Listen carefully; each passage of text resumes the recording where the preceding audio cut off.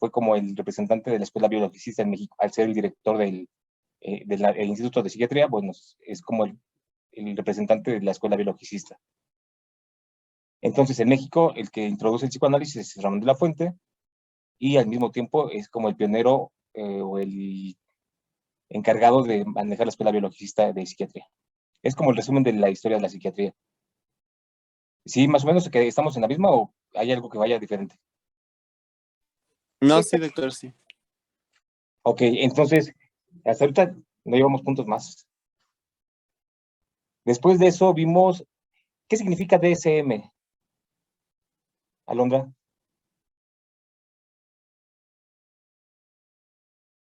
Cuando hablamos de clasificaciones de las enfermedades.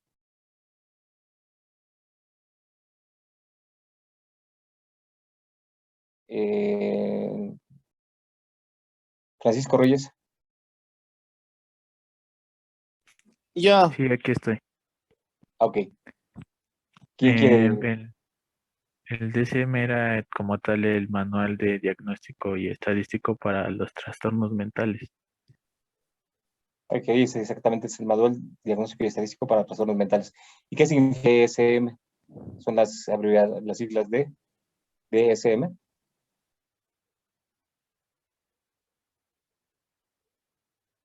Pues son siglas en inglés. Ajá. Que son Diagnostic and Statistical Manual of Sí. Mental Disorders. Ya, ok, sí, está bien. Entonces, Daniel y Francisco. Sí. Sí, doctor. Y vamos con la otra pregunta. ¿Qué es el diagnóstico multiaxial y qué viene en cada eje? Yo. Álvarez. El eje 1 es la patología psiquiátrica, el eje 2 es el trastorno de la personalidad o el retraso mental, el eje 3 es la patología física, el 4 son los grupos de apoyo y en el 5 es la escala de funcionamiento global. Ok, perfecto. ¿Cuál es la diferencia? Gracias, Álvarez. La diferencia del DSM y el CIE-10.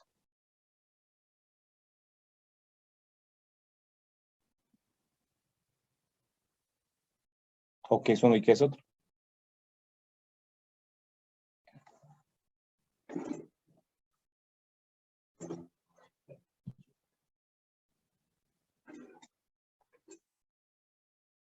CIE-10, Clasificación Internacional de Enfermedades, es como la clasificación oficial mundial, realizada por la OMS, y el DSM es una clasificación más regional, está hecha por la APA, la Asociación Psiquiátrica Americana, y para fines de investigación se utiliza diagnósticos de CIE-10, no de DSM.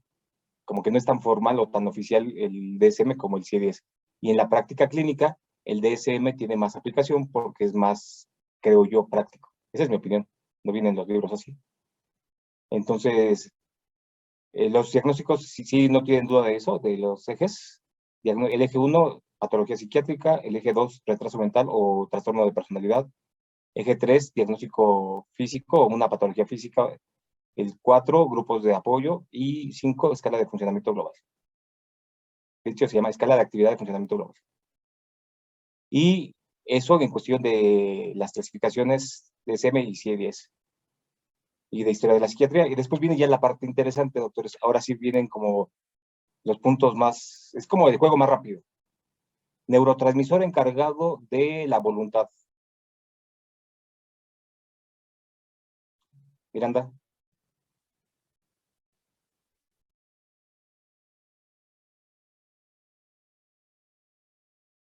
Si no, Mendoza Fonseca.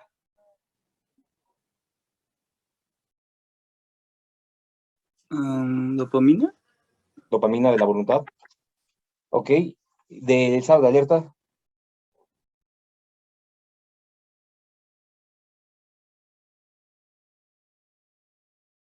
Sí, del estado de alerta, noradrenalina.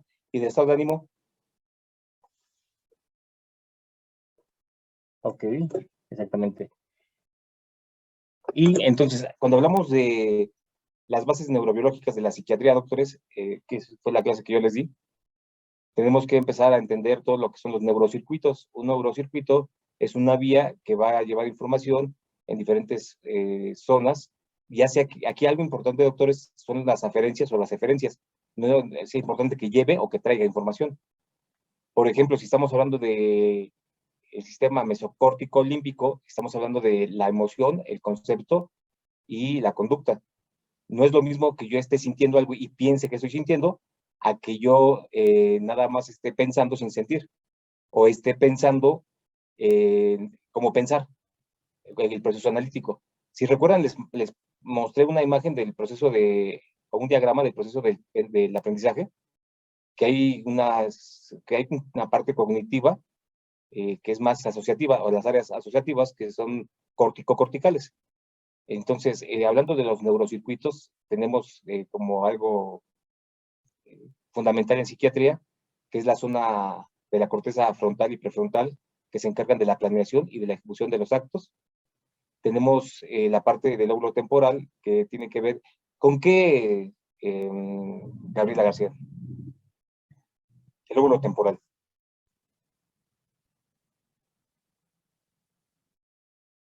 No lo recuerdo, doctor. Ok, Angie, ¿qué tiene que ver con el déjà vu y esto? ¿Recuerdos se tendrá? No me acuerdo, doctor. Recuerdos. Por eso cuando hay una epilepsia del lóbulo temporal puede aparecer el déjà vu, que es como el fenómeno de lo ya vivido, como que siento que este momento ya lo viví en algún otro tiempo. Es un tipo de epilepsia del lóbulo temporal.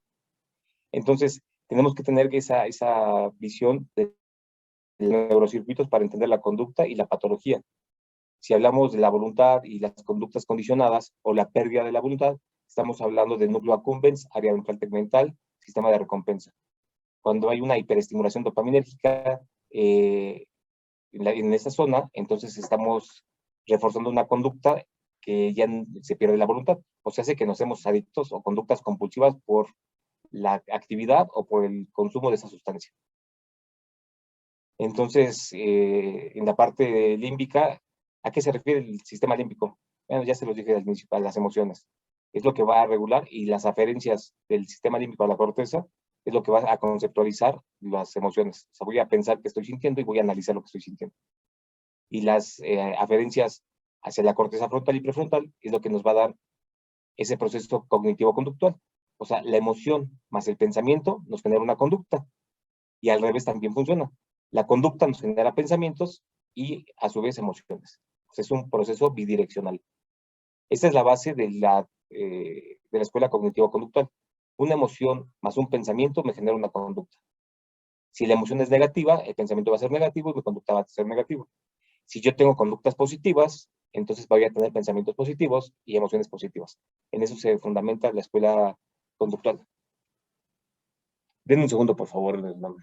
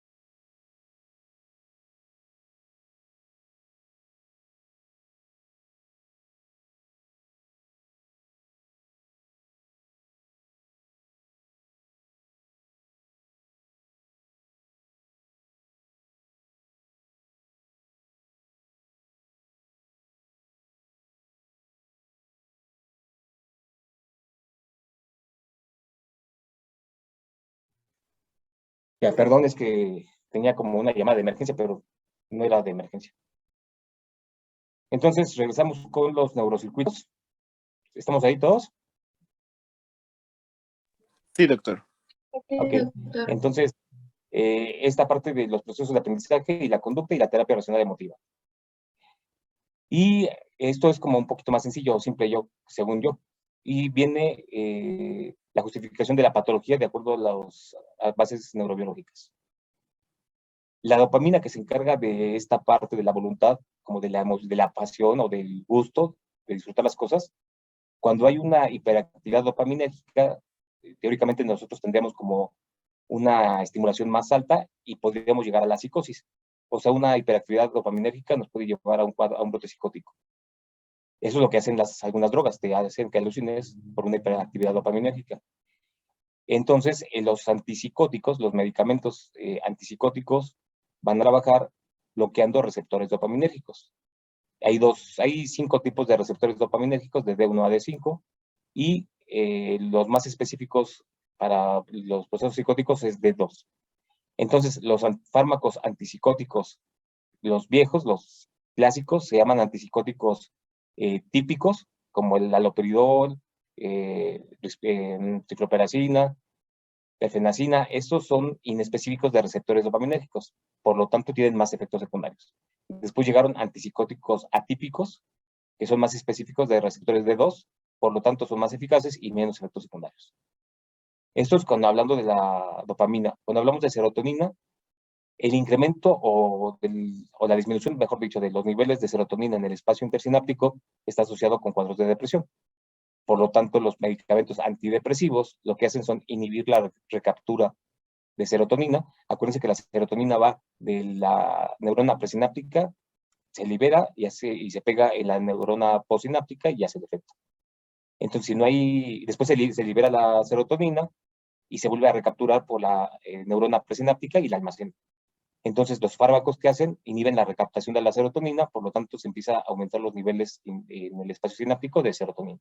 Así trabajan los antidepresivos, los ISRS, los duales y los tricíclicos en serotonina y en noradrenalina.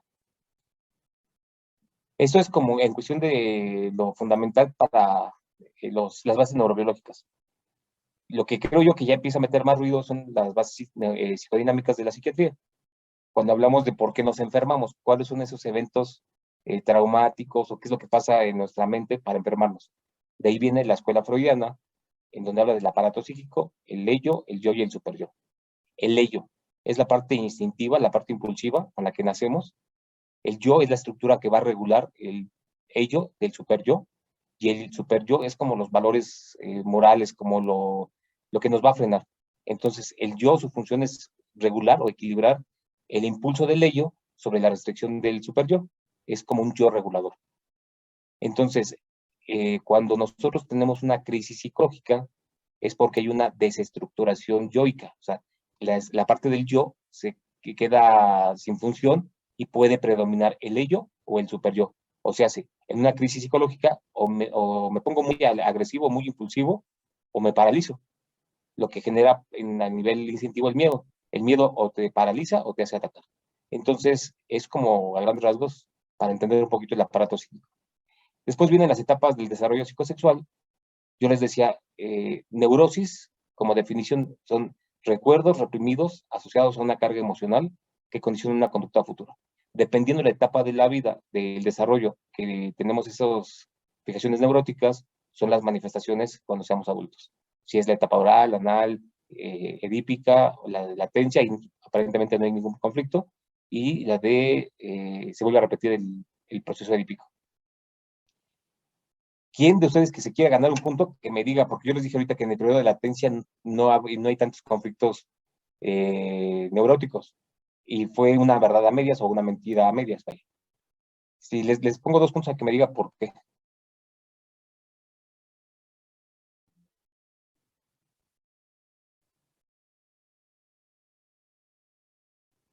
A ver, Daniel,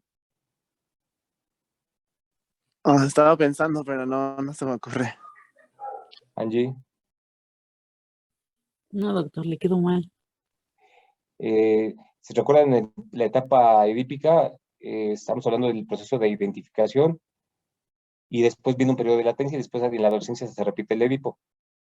Cuando hablamos de la etapa de latencia, entre los 10 años, alrededor de los 10 años, ¿qué pasa con los niños y en la relación con las niñas?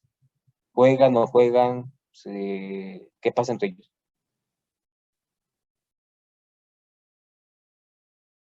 De hecho, se llama Club de Toby, porque los niños juegan con los niños y las niñas juegan con las niñas.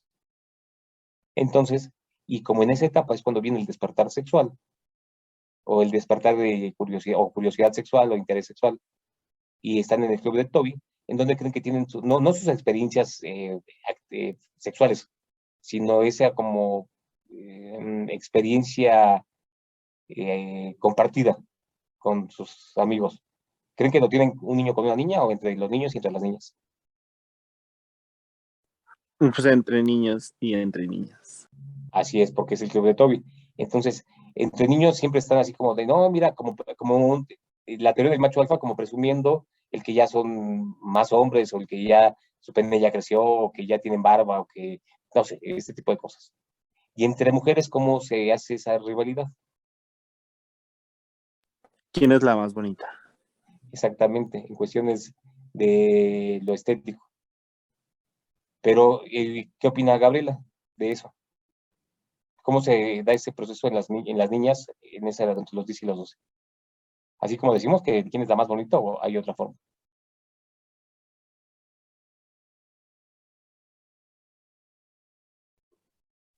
No sé cómo explicarlo, doctor.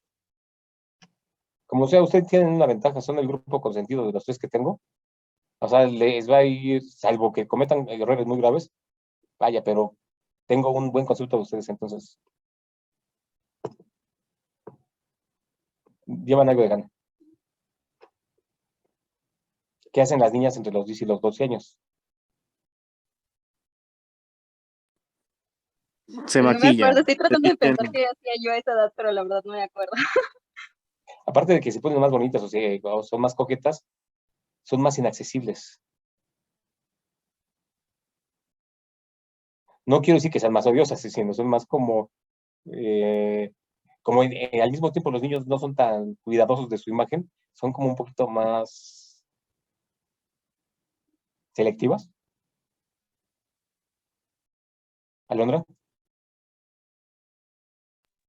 Y bueno, sí, las niñas se vuelven como más, no sé, como que empiezan como a diferenciar, ¿no? Como a clasificar sus amistades, ¿no? Como más, pues sí, selectivas. así es.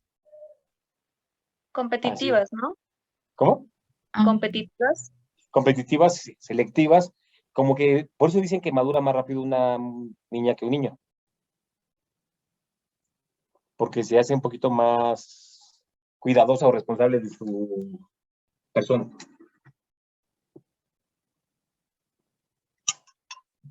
Entonces,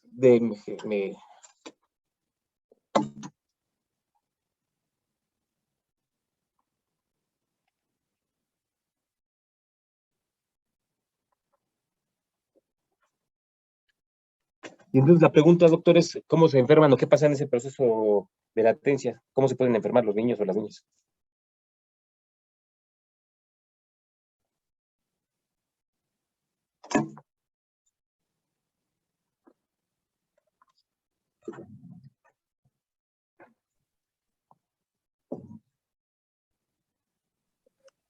¿Qué pasa si hay una fijación neurótica en esa etapa de latencia? puede ser que tengan como cambios de humor. ¿Ok? ¿O creen que se queden así como marcadas esas conductas de los niños, nada más querer jugar con los niños o relacionarse con los niños y evitar o evadir la relación con las niñas por que les da como miedo, inseguridad, vaya? Sí, siento que puede estar justamente cuando, por ejemplo, entre niños que están como decidiendo o viendo quién es el macho alfa, quién es como mejor, quién tiene más oportunidades, quien no pueda demostrarlo, quien no se sienta como así capaz, más adelante, pues justamente en una relación con una pareja o intentar sí, pues intentar una relación, se va a sentir cohibido, se va a sentir como que no tiene o no va a poder lograrlo, ¿no? Porque no es el macho Así es. alfa. Ujú. Pues yo creo que es la edad donde empiezan como las inseguridades, ¿no? Y ya de ahí se van desarrollando y a veces se quedan conforme van creciendo. Así es. De hecho, René Spitz decía que es en la etapa donde se empieza a reforzar la identidad sexual. O sea, no dijo que se desarrolle, sino se está reforzando la identidad sexual que está en un proceso previo, en el proceso edípico, y después se viene a reafirmar también en el proceso edípico segundo. Ok, entonces vamos ahí con la parte o las bases psicodinámicas de la psiquiatría. Después de eso hablamos de la valoración psiquiátrica, entrevistas y historia clínica. Entrevista psiquiátrica e historia clínica. Veíamos que la entrevista psiquiátrica es el acto, la valoración es el acto, la entrevista y la historia clínica son como, la historia clínica es el instrumento y la entrevista es como el proceso. ¿Cuáles son las características que tiene que tener el área física para una valoración psiquiátrica adecuada? Angie. ¿Me puede repetir la pregunta, doctor? ¿Cuáles son las características físicas que tiene que tener el área donde vas a hacer una valoración psiquiátrica? Hablando del consultorio, Sí. bueno, tiene que ser un espacio agradable para el paciente, donde se sienta cómodo. Tiene que verse serio el lugar. Hablando de esto, como que no puede haber, por ejemplo, si es un paciente adulto, pues no sería apropiado que hubiera juguetes o comida dentro del consultorio. Ok, ¿te refieres a que el consultorio tiene que tener un espacio, primero que sea privado? La privacidad es importante, Sí. que esté iluminado, que tenga ventilación, que sea un espacio mínimo de 1,5 metros entre el paciente y el entrevistador. ¿Sí te refieres a eso? Sí, Ok. me leyó la mente, justamente estaba pensando en eso, doctor. Y cuando hablabas del ambiente agradable, yo entiendo que te refieres al rapport. El rapport, que es el clima emocional que se genera en una valoración psiquiátrica, que está a cargo obviamente del entrevistador. Eso es el rapport. Y después vienen otros conceptos como empatía, transferencia y contratransferencia. La empatía, que es como comprender lo que está pasando en el otro. La transferencia son los sentimientos que se generan en el paciente por parte del terapeuta. Y la contratransferencia es lo que se genera en el terapeuta por parte del paciente. O sea, contratransferencia es lo que siente el terapeuta y transferencia es lo que siente el paciente. Y esto es importante porque en un proceso psicoanalítico, el hecho de que tenga esa transferencia le ayuda para que sea como un yo auxiliar el psiquiatra, el terapeuta, y empieza a trascender algunos procesos que no trascendió durante su infancia. Es como a grandes rasgos cómo trabaja el psicoanálisis. Entonces, eso de la entrevista psiquiátrica. Hay varios tipos de entrevista psiquiátrica: estructurada, semiestructurada y libre.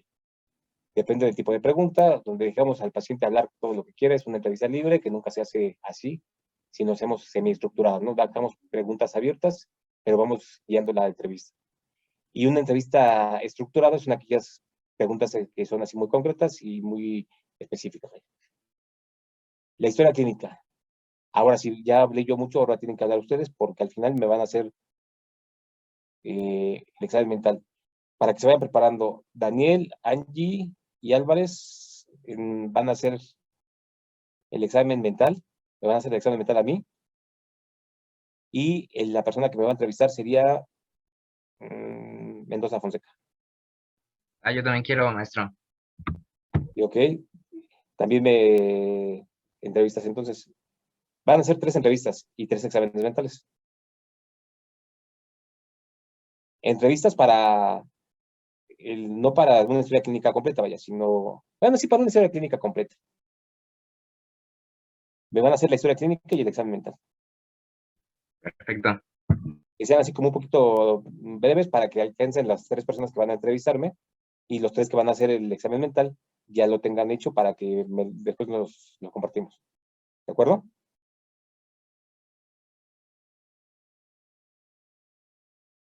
Entonces, Sí, las doctor. personas que me van a entrevistar, ¿quiénes son?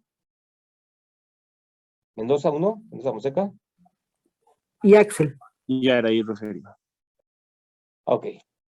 Entonces, empezamos, doctores, para que recordemos qué es la historia clínica. O se los digo yo, la historia clínica primero y ya después nada más el puro examen mental. Sí, mejor. Sí. Ok. Historia clínica. Empezamos con la fuente de información, la ficha de identificación. Nombre es importante para poder ubicar al paciente dentro de un contexto de género. La edad, porque hay patologías propias de la edad o que pueden descartarse por la edad. Un ejemplo es que demencia no puede haber en una persona de 22 años. Yo les decía, a lo mejor tiene una lesión neurológica o tiene un infarto, pero no es una demencia.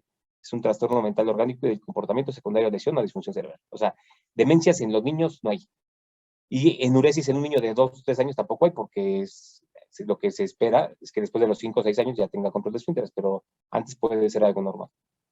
Entonces, nombre, edad, el estado civil es importante porque si hablamos de una persona de 50 años soltera, quiere decir que tiene problemas para relacionarse con los demás.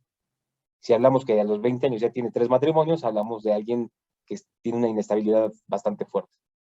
Entonces, estado civil, dirección o lugar de nacimiento y de residencia, por el contexto sociocultural que es diferente. La ocupación, por el perfil psicológico. Religión, también es importante, ya les dije, por la necesidad de contención. Después de ficha de identificación, el motivo de consulta y fuente de información, si es directa o indirecta. Y si es confiable o no confiable. Si es indirecta, quien la proporciona, igual a confiable. Si es confiable o no confiable. Después de ficha de identificación, son antecedentes personales patológicos. Todas las enfermedades crónico-degenerativas van de la mano con trastorno psiquiátrico, afectivo generalmente. Enfermedades autoinmunes van de la mano con trastorno de ansiedad o depresión. Enfermedades autoinmunes. Y traumatismo cráneoencefálico, hasta después de 10 años puede dar una complicación psiquiátrica. Obviamente, las meningitis, todas las infecciones del sistema nervioso central pueden dar también complicaciones psiquiátricas. Algo que es importante que nunca olviden, el cáncer de páncreas puede debutar nada más con síntomas depresivos. Una depresión muy fuerte, resistente o refractaria a los antidepresivos, mándale a hacer una tomografía porque seguramente tiene cáncer de páncreas. Entonces, todo lo que es consumo de sustancias y demás, ahí en patólogos. Psicobiografía es la historia psicológica del paciente. Nuestra identidad tiene que ver desde la familia, el tipo de familia, de donde venimos, si es una familia nuclear, si es una familia amalgamada. No es la misma la estructura psicológica de alguien que vive con el tío, la abuela, los primos, alguien que vive nada más con un papá o con la mamá y es hijo único, ¿no? Entonces son estructuras psicológicas diferentes. El número de hijo, el número de producto es importante por el síndrome del hijo mayor, del menor o del medio, ¿no? El sándwich, el sobreprotegido o el que le exige más.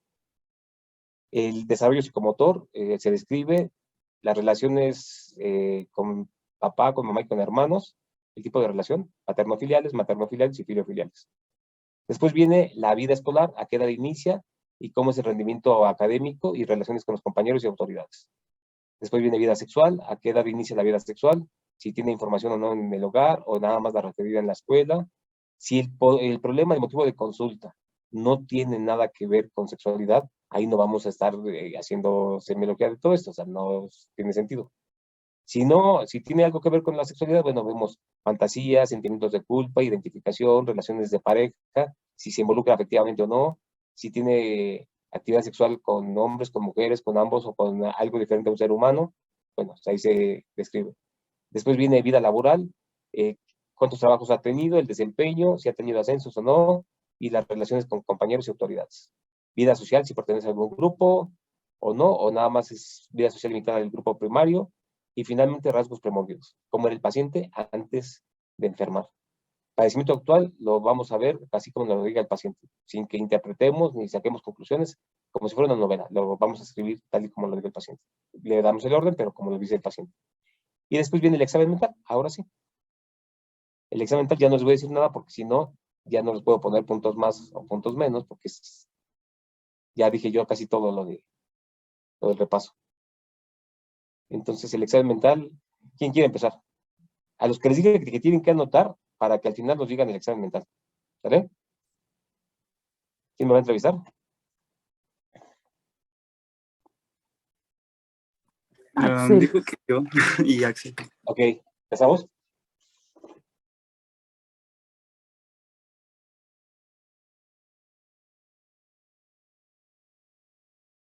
Pero, pues, su cámara, porque no sé quién. Si no, sí me voy a sentir como paciente psiquiátrico, hablando solo y no sé cómo.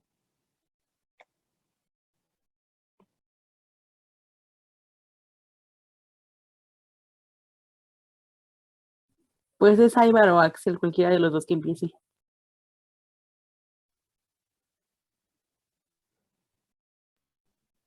Pero entonces, empezamos con todo lo de la historia clínica o ya empezamos con el estado mental. No, eso es lo Es un de examen ellos, mental. ¿no? A Empezamos ver, con el llegué a examen. tu consultorio y llego y a ver, buenas noches, doctor. Ajá. Ok, sí. Bueno, buenas noches.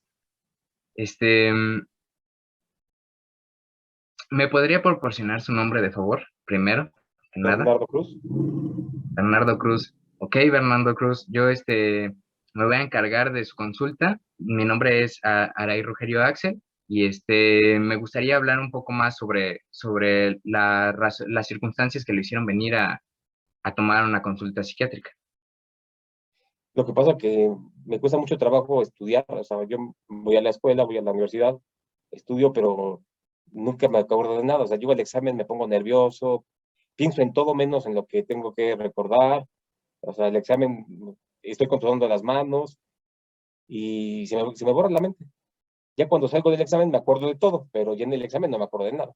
Entonces me bloqueo mucho, como que me cuesta trabajo recordar todo. No porque tenga retraso mental, doctor, sino porque me pongo muy nervioso, yo creo, no sé, me bloqueo, no sé qué pasa. Por eso vengo a conocer.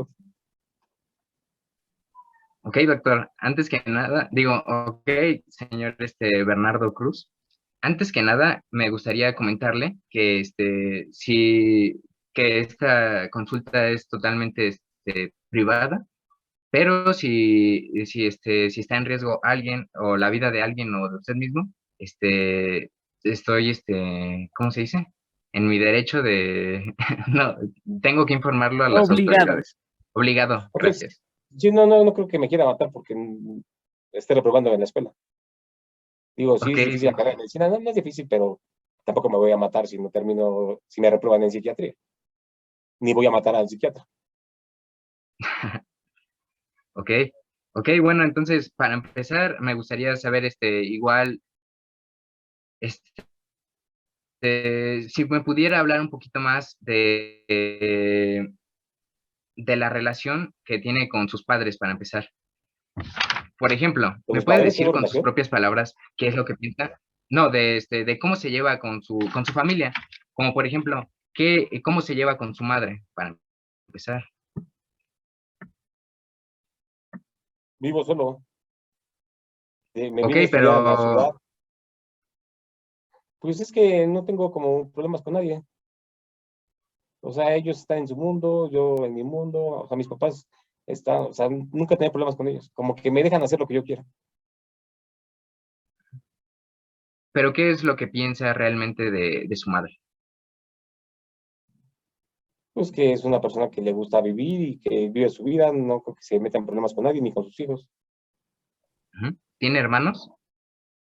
No, ¿No? Padre, sí. ¿sí? ¿A qué se dedica hasta el día de hoy este señor Bernardo Cruz? Al día de Yo hoy. estudio. Pues no le Estudia. estoy diciendo que estoy estudiando. Estudio Ah, sí. medicina. Ah, sí, perdón. No, sí. Estado civil, señor Bernardo Cruz. Soltero. ¿Y es difícil Soltero. la carrera, doctor? Eh, un poco, pero ¿O también nada reprobó en la imposible. escuela? ¿También reprobó en la No, escuela? no, casi ¿Era bueno no. o era malo? Era bueno. Efectivamente era bueno. ¿Nunca reprobó? Alguna vez sí, pero sí, ¿Reprobó, doctor? ¿Por qué reprobó? no, pues no estudiar, obviamente. Sí, porque hay que Ya estudiar me estoy mucho. sintiendo nervioso, doctor. No estudiaba y reprobaba y me está teniendo. No, pero ya, eso fue hace muchos años. Ya ahora estamos listos para dar una consulta completa y eficaz. No se preocupe usted. Hay que hablar un poco más sobre usted. ¿Alguna vez ha tenido algún accidente? ¿Cómo? ¿Alguna vez ha tenido algún accidente ¿Cómo de que qué? sí, así como alguna enfermedad, alguna operación ¿Un o accidente? ¿Como una una enfermedad situación venérea por traumática? accidente? ¿Como una Ajá, enfermedad bueno, venérea por accidente? no Sí fue exactamente, pero digo, traumático. hace muchos años, Ah, ¿sí, no, no? no he tenido. No ¿Nunca, he nunca ha tenido, no. tenido? Ah, Pues perfecto. no, porque la verdad es que no me interesa tener relación de pareja de nada. Ok, ok, Pero ¿a poco tiene que ver con mi problema de que se me olviden las cosas? Este, bueno, primero me gustaría empezar con una pequeña, para hacer mi historia clínica, pero sobre eso le podemos empezar a hacer un examen mental para ver qué es lo que está. ¿Eso cómo es? ¿Me saca una placa de rayos X o qué? No, son puras preguntas que me gustaría yo empezar a hacerle para poder ver ¿Cómo qué cómo preguntas? está. Como ¿Para por hacer un examen? ejemplo, Pues en los exámenes repruebo, doctor. no, doctor, yo le voy a ayudar, digo, no, señor, yo le voy a ayudar a que se mejore en su situación. Entonces, bueno, Ok, pausa. Ya con eso tienen todos los elementos para hacer el examen mental de esta primera entrevista. Segunda entrevista, ¿quién sigue?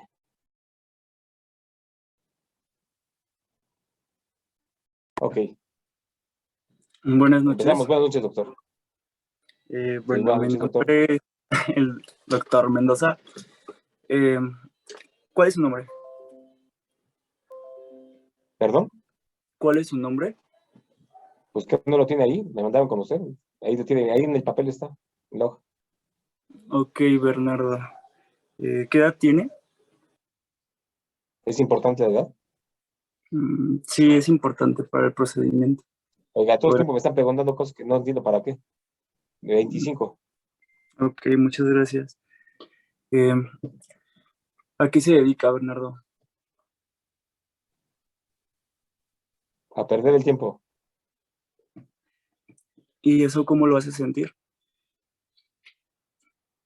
Pues no sé si se está burlando de mí, doctor, pero así como ustedes cuando están platicando, perdiendo el tiempo y que no quieren atender a los pacientes. Igualito me siento. Ok.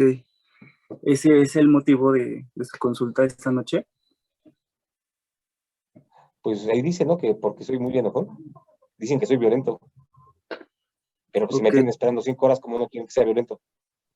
entiendo. ¿Desde cuándo tiene estos ¿Qué me sentimientos? entiende? ¿Qué me entiende, doctor? ¿Se está burlando o Mm, no? No, entiendo que se siente enojado, pero quisiera saber desde hace cuánto se siente así.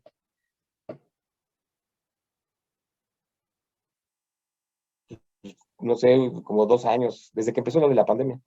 Me molesta. Ok. ¿Hubo algún acontecimiento que lo hizo desatar esas emociones en especial? Pues mis vecinos que todo el tiempo quieren matarme. Entiendo. ¿Usted con quién vive?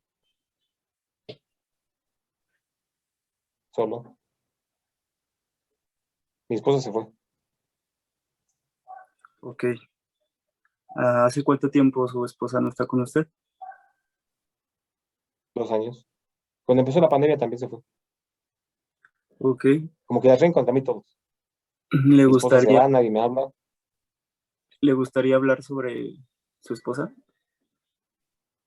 No, ya no, ya se fue hace 2 años. No quiso quedarse. Ok.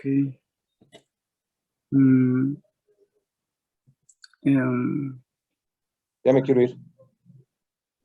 em, ¿Podría hablarme sobre su familia?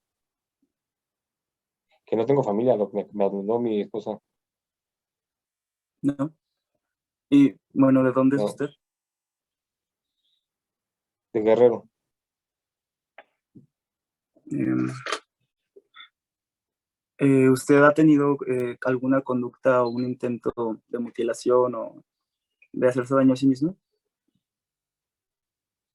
Pues ya que estoy estudiando, yo creo que lo he pensado mucho. Yo creo que sí, ya no vale la pena estar aquí. Mis vecinos me quieren matar, todo el tiempo me están espiando. O sea, Ok, ya creo que me están siguiendo hasta acá. Entonces, mejor, antes de que les dé gusto que me maten ellos, mejor me mato yo. ok. ¿Ha escuchado las voces de sus vecinos en su cabeza? No, pero yo sé que me están espiando. ¿No le pagaron para que me estuviera entrevistando? ¿O me quieren sacar información para ellos? No, No le voy a dar gusto. ok. Está muy pensativo. Como si se comunicara con ellos con su mente. ¿Tiene ¿Desde hace comunicación con ellos? cuánto aparecieron estas sensaciones de que lo espían? No, no son sensaciones, me espían. ¿Desde cuándo lo espían, Bernardo? Hace 2 años. Aquí también me están espiando. Ustedes también me espían, ¿no? ¿Usted consume algún tipo de sustancia? O sea, piensa que estoy loco porque me drogo y por eso siento eso. No es No, parte no de... uso ninguna sustancia, ni fumo, ni tomo. Ok. O sea, me está diciendo que yo tengo la culpa porque soy borracho o que soy drogadicto. No, no, no. No, voy. Me, No, me gusta... ya me voy, no tiene caso que siga con su plática. Es que nada más me estaba espiando también. Ok, tiempo. Ok. Y espero que tengan el examen mental también de este segundo Sí. personaje. Y la el último examen mental, en 4 minutos.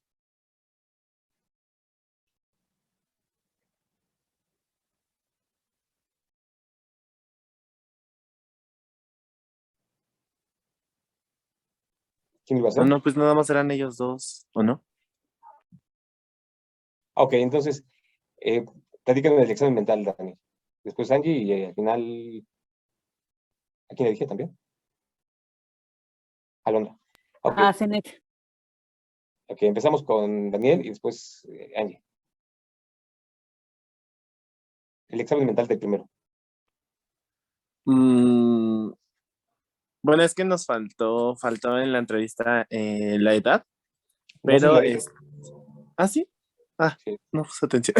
Bueno, Es al primero sí le dijo la edad, a Edward sí le dijo la edad, pero a este Axel no. ¿O era el mismo Es la misma. paciente? Es la misma. pues es un paciente masculino, Ujú. paciente masculino que no, ay, ¿cómo era? No, que no aparenta la edad, cronológica. ¿Qué edad aparento? No, pues más grande, Mayor, ¿no? igual, menor. Mayor. Mayor. ¿Quién dijo? Más grande. Sí. Es que Déjame dijo ver. 25 años, doctor. No tiene 25 años. No, no, sí, ya sé que no tengo idea. Tampoco tengo 45, vaya, estoy mucho más grande. Pero bueno, un ratito que quise tener 25. Ok, seguimos. Masculino de edad aparente mayor a la referida como cronológica. Ajá, mayor, sí, de edad mayor, aparente, referida a la cronológica, que presenta, pues bueno, en cuanto al lenguaje, buen lenguaje, eh, No, pero lenguaje, antes de bueno, eso, sí, ya vimos edad aparente. eh, ¿Viste ropa de acuerdo a edad y sexo? De higiene y aliño, ¿cómo está? sí, bueno, viste ropa alineada al sexo que aparenta, de higiene, pues, normal, o sea, si se baña, Adecuadas condiciones de higiene y aliño. ¿mande? Ok, ¿qué va? Adecuadas condiciones de higiene y aliño, porque pues, no se ve tan bien la cámara, pero Sí, sí me bañé. este, Actitud. y, am, Libre, pues, libremente escogida. Ok, ajá, actitud libremente escogida. actitud ligeramente escogida. Después, ¿cuál es la primera puerta que se tiene que evaluar? La conciencia, Ok, la vida de conciencia, ¿cómo está? este, Pues bien, bueno, buena, una buena, conservada, conciencia conservada, atención conservada, Ok. lenguaje Teoría de conciencia conservada. La atención es la segunda puerta. La atención. conservada, buena. La atención es central y periférica. ¿La atención central es espontánea o estoy distraído? No, es En el primero. espontánea. ¿En el primero? Sí, en el primero. Sí, ¿no? Ok. O sea, ¿Alguien piensa porque algo sí diferente de la atención? respondía bien, respondía al momento, lo que le decían, bueno, lo que le preguntaban. Pero algunas preguntas no respondí. ¿O respondía con un qué? Perdón. Bueno, vamos a dejarlo válido. Ok, atención central espontánea. Después viene de la atención, viene el pensamiento. El pensamiento, ¿cómo fue mi pensamiento? La velocidad de formación del pensamiento. Promedio. Velocidad normopsíquico. Sí, normopsíquico. Mi discurso tenía directriz, o sea, sigue una directriz, ¿llegaba a un objetivo o no? ¿Llegaba a metas o no? No. Pues, dice Angie que no. ¿Quién dijo que no? Angie. Es que no llegaba con un objetivo, lo que quería era como irse, no estar presente, ya estaba Pero en harto. el primero. Perdón, me quedé en el segundo. No, estamos en el primero. No, sí, pues en el primero sí, bueno, respondía, supongo que con el objetivo de llegar a algo, ¿no? Aunque sí, entonces sí, digo, en el primero sí como que tenía algún objetivo. Mi discurso seguía una directriz, llegaba a metas. El tono y volumen y la velocidad. Normales. Normopsíquico y tono y volumen. Okay. Después viene el talante. ¿Talante? ¿Cómo viste mi talante? No me acuerdo qué era talante. ¿Qué era El talante? estado de ánimo que puede ser. El estado de ánimo que tú observas que puede ser hacia arriba o hacia abajo. Pues medio, estaba decaído hacia abajo, porque pues se sentía mal por no aprender. Sí, estaba triste porque estaba como fracasado. Entonces, ¿el talante cómo está?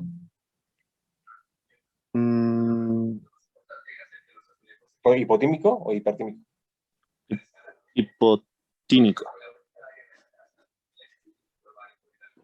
Ok, talante hipotímico. Humor, ¿cómo dije que me sentía?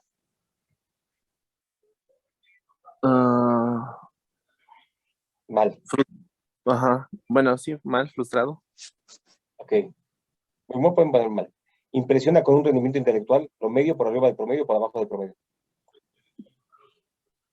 Pues yo diría que promedio por cómo se desarrollaba en la conversación, pero por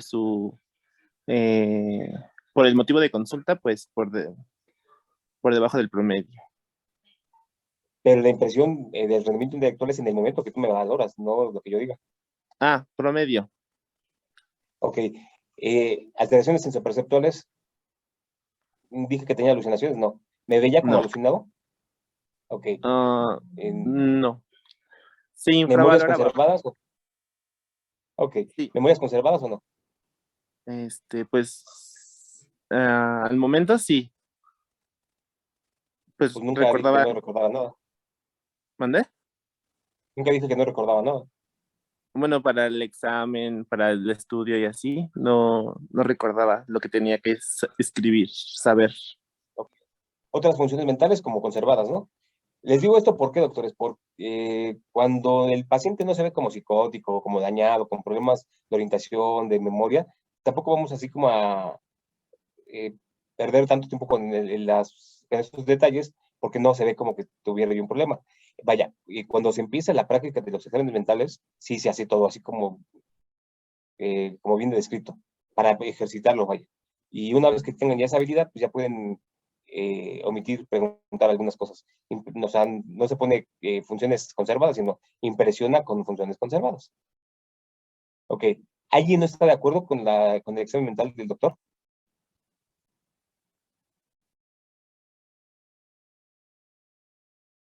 Creo que todos están de acuerdo.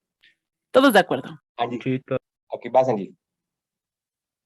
Sí. ¿Con el segundo o con el que analizó El David? segundo, con el segundo. Ah, no, con con el el segundo. segundo. Bueno, ahí vamos. Paciente masculino de edad no aparente a la referida, cronológicamente mayor, está ubicado en tiempo, espacio y persona, con actitud libremente escogida, se percibe violento, a la defensiva, inconforme, con rasgo de la personalidad de tipo paranoide, tiene un pensamiento, tono y voluntad normopsíquica, su atención es espontánea, periférica. ¿Qué más era? Su talante considero que era hipertímico, con, ¿qué me falta? Con un coeficiente intelectual promedio. Siento que me Hipertímico falta. o displacentero. Porque hipertímico es como hacia arriba, pero nada más que hay que ponerle el apellido, porque no me veía como muy contento, muy efusivo, sino me veía como No, enojado. intenso, pero desagradable. Como, Ajá. sí, como fastidiado. Entonces, en ese caso, ¿qué sería, doctor? Y así, hipertímico, displacentero. Las dos palabras, ok. Hipertímico, displacentero. ¿Lo hiciste bien? Te faltan unos detallitos como la conciencia. Sí, estaba pensando que me faltó. De conciencia, pues bien. Claridad de conciencia conservada, sí. Sí. La atención central por momentos, la atención central espontánea por momentos se tenía que centrar, ¿no? Por momentos se vertía hacia el interior o estaba aumentada la periférica. Pues yo sentí que hacia la periférica, porque como que no quería contestar, no quería prestar atención, ya quería irse. Y como que de repente me perdía en lo de afuera, o sea, como que andaba viendo en todos lados. Ok. Alteraciones sensoperceptuales. ¿Tenía alucinaciones? No. ¿O me veía como alucinado? No se veía, bueno, se veía bien. Bueno, ahí... A lo mejor no actué bien, pero... ¿Perdón? Bueno, ahí pensé Sí que se ve. entraba lo de ubicado en tiempo, espacio y persona. ¿O ahí no entraría eso? Esa clasificación de que estaba como... La orientación ¿bien? puede ser... La orientación es en tiempo, espacio y persona. La orientación autopsíquica Ok. y alopsíquica. Pero la sensopercepción es diferente. Ok. Cuando yo estaba en la evaluación, de repente estaba yo así como sintiendo que alguien estaba viéndome, ¿no? Bueno, fue lo que yo Sí. intenté. ¿No Sí, se por dieron eso cuenta le de eso? puse... Estaba así Sí, como... por eso le puse que tenía como rasgos de personalidad de tipo paranoide. Más cuando intentó Ok, cuestionar que lo ahí vigilaba. en la actitud, así, actitud de desconfiado, y puedes, en la parte de la sensopercepción, no dije que tenía alucinaciones, porque cuando me preguntó me ofendí, pero pueden poner, impresiona con una actitud de alucinado. Niega alucinaciones, pero impresiona como alucinado. Ok, talante, ya vimos, hipertímico desplacentero, rendimiento intelectual. Bueno, yo puse promedio. Ok.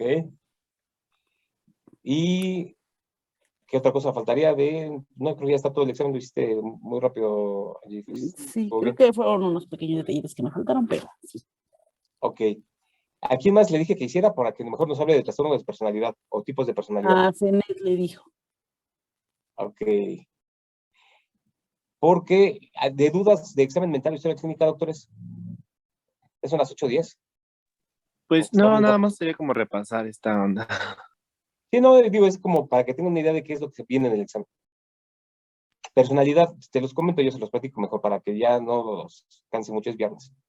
Personalidad, características comportamentales que van a diferenciar a cada individuo. Está formado por dos elementos, temperamento y carácter. Temperamento es la parte biológica que se tiene de la personalidad. El carácter son la acumulación de experiencias que van a empezar a condicionar nuestras respuestas. Hay tres clústeres o tres grupos de personalidad, A, B y C. El clúster A, que son los raros o excéntricos. El B, que son teatrales o dramáticos. Y los C, que es ansiosos. En el A, ¿cuáles son? CENET. Acenal me dijo que tenía Acenal. problemas de internet, profe. Ok. Porque ya no está, ¿verdad? ¿Dónde está? ¿Samara? Ya les pregunté casi a todos, menos a Yo Samara. Ya. puedo decir. ¿Yo puedo participar, doctor? Ok. ¿Te salvaron, Samara? Dentro No, del ya grupo. no, ella ya participó mucho. Ah, bueno. Ok. Bueno, dentro de esto se entra el trastorno paranoide y el esquizoide de la personalidad, ¿no? Y el Sí. dependiente. No, ese no. Paranoide, esquizoide. ¿Y cuál otro? Esquizotípico. Esquizotípico. Estereotípico. Ok, el paranoide es el que tiene como esa desconfianza todo el tiempo. El paranoide es el que está aislado, como que no le importa la vida social. Y el esquizotípico es el que es como el que trae amuletos y que anda así como entre lo metafísico y medio raro, ¿no? Entonces, ¿el esquizotípico entraría en pensamiento mágico? Sí. ¿Y el esquizoide no? No, el esquizoide no es el esquizoide, es como más introvertido. Ok, gracias. Esos no son tan... Por eso los del grupo B se llaman trastornos graves de la personalidad, porque son disruptivos hacia afuera. Los del A y los del C sufren ellos solitos, no hacen sufrir a los demás, pero los del B son más disfuncionales o más disruptivos hacia la sociedad. Los del grupo C, ¿cuáles son? Pasivo, dependiente y obsesivo. Obsesivo. Uno siempre está evadiendo tomar decisiones, otro responsabiliza a los demás de lo que lo que le toca, y el obsesivo que es como muy rígido, que tiene una estructura muy rígida. Y ahora sí, Angie, características principales del trastorno histriónico.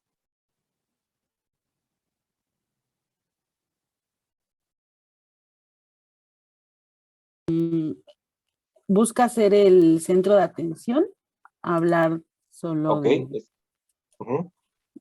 de él o de ella.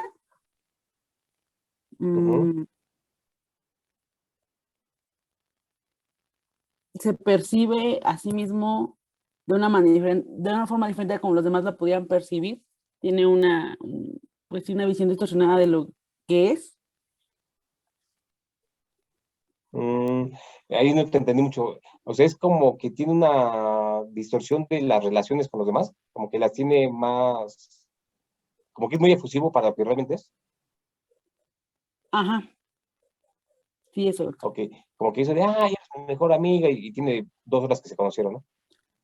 Sí, bueno, yo tipo de trastorno, no sé por qué lo relaciono así, que es una actitud como muy positiva, pero exagerada.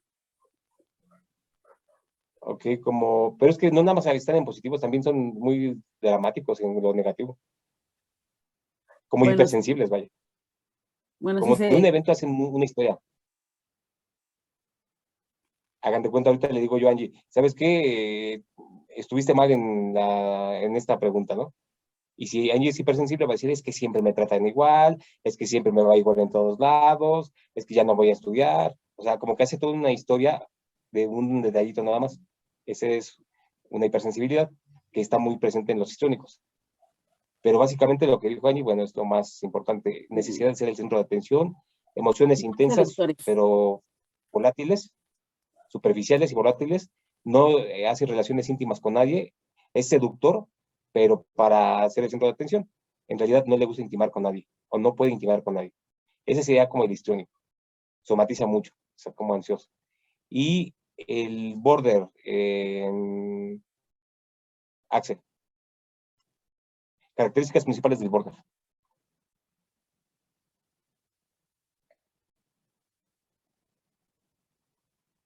Borderline se llama. Sí, me acuerdo que estaba contando la otra vez que es porque es el límite, ¿no? De la personalidad, lo que está diciendo. Así es. Pero entonces, es que no me acuerdo bien. Doctor, yo me acuerdo Pero, que nos mencionó. sí, perdón. Sí. A ver, Gabriela. Perdón.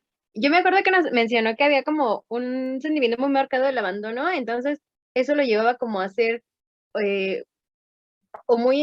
o exaltar las cosas de los demás y a la vez como que esa inseguridad lo hacía caer en que menospreciaba o le restaba valor a lo que hacían las otras personas. Ok, entonces, una sensación de vacío interno crónico, un miedo intenso al abandono, escinden y van de la idealización a la devaluación, inestabilidad en las emociones, y dijiste otra cosa, ¿qué más dijiste? No, creo que solo dije eso. Que es Ok. impulsivo. Abusan de sustancias, tienen conductas autoagresivas, constantemente tienen intentos o ideas suicidas e intentos suicidas.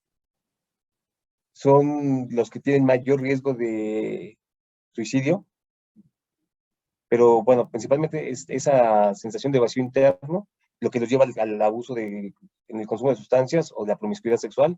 Son seductores, pero ellos seducen para que no los abandonen. El histriónico seduce para ser el centro de atención a hombres y mujeres. El border seduce para que no lo abandonen, para intimar y que no lo abandonen.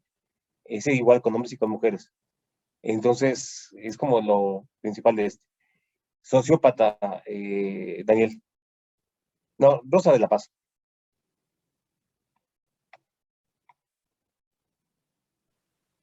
Dígame. Características principales del sociópata. Era, pues que tenía, pues sí, desinterés hacia otras personas, o sea, y actitudes que